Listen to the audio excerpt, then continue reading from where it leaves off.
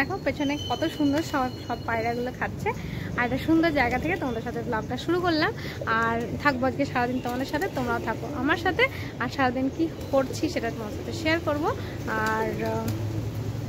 আর কি সকাল সকাল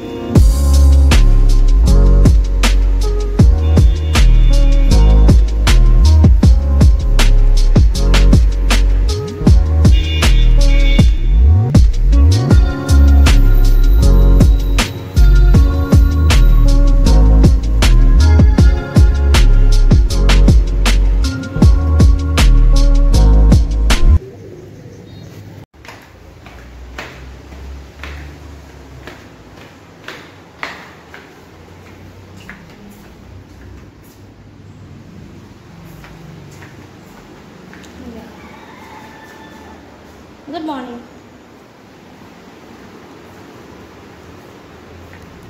চলো রেডি? কটা বাজলো?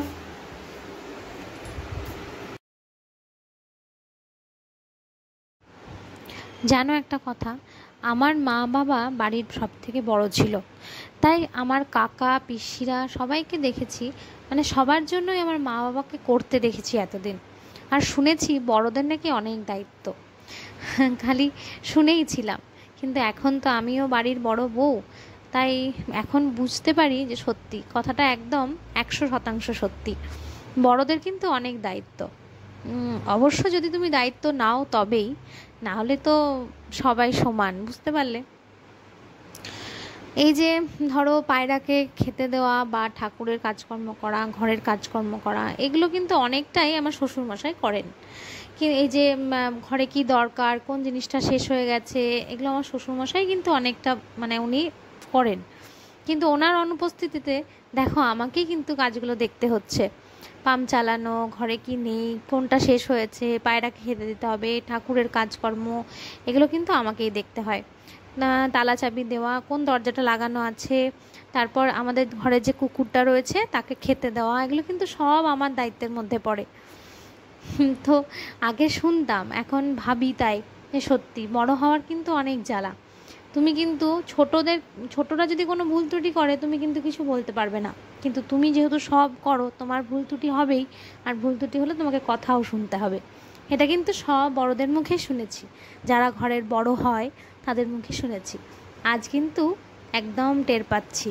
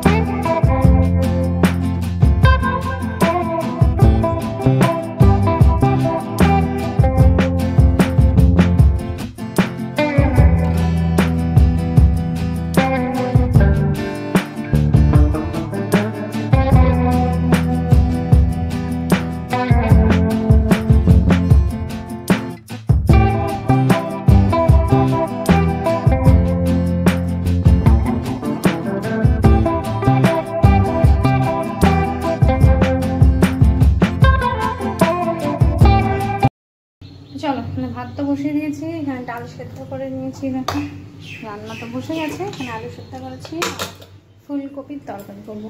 আচ্ছা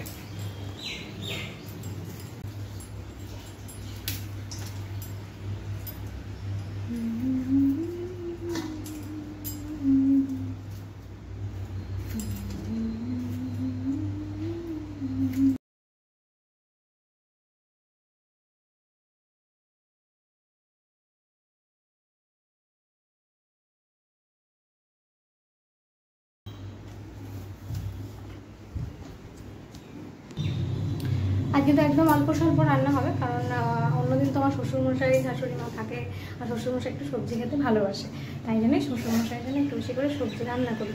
কিন্তু আজকে তো আর শ্বশুরমশাই নেই, তাই আমাদের জন্য অল্প অল্প সবজি রান্না করলেই হয়ে যাবে।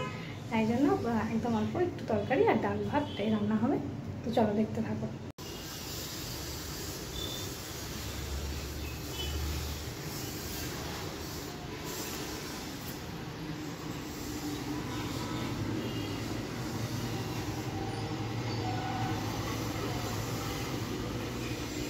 কাল ওয়াইফাইটা কানেক্ট করিয়েছি।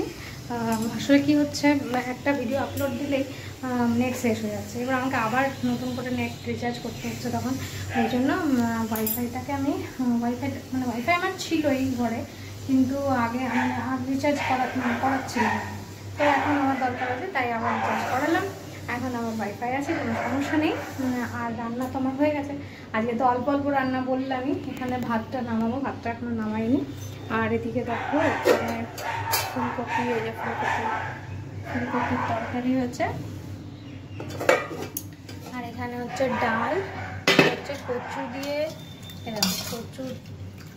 কচু দিয়ে ডাল। আর এখানে আলু সেদ্ধ আছে।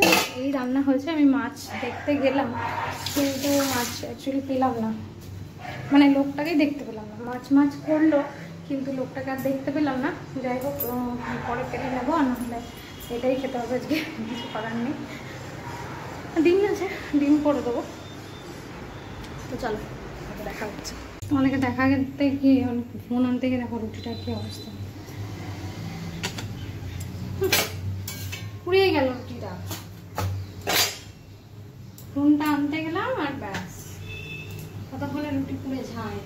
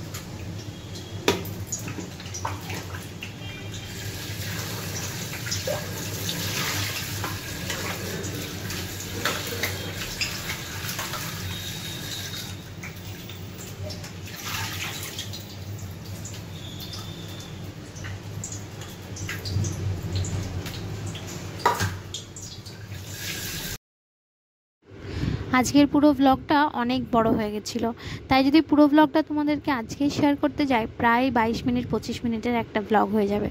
তাই জন্য আমি আজকে রান্নাতেই আমার ব্লগটা শেষ করলাম, আর বাকিটা তোমাদেরকে কালকে দেব। কালকে আর একটা ব্লগ আসবে আজকের দিনের বাকিটা।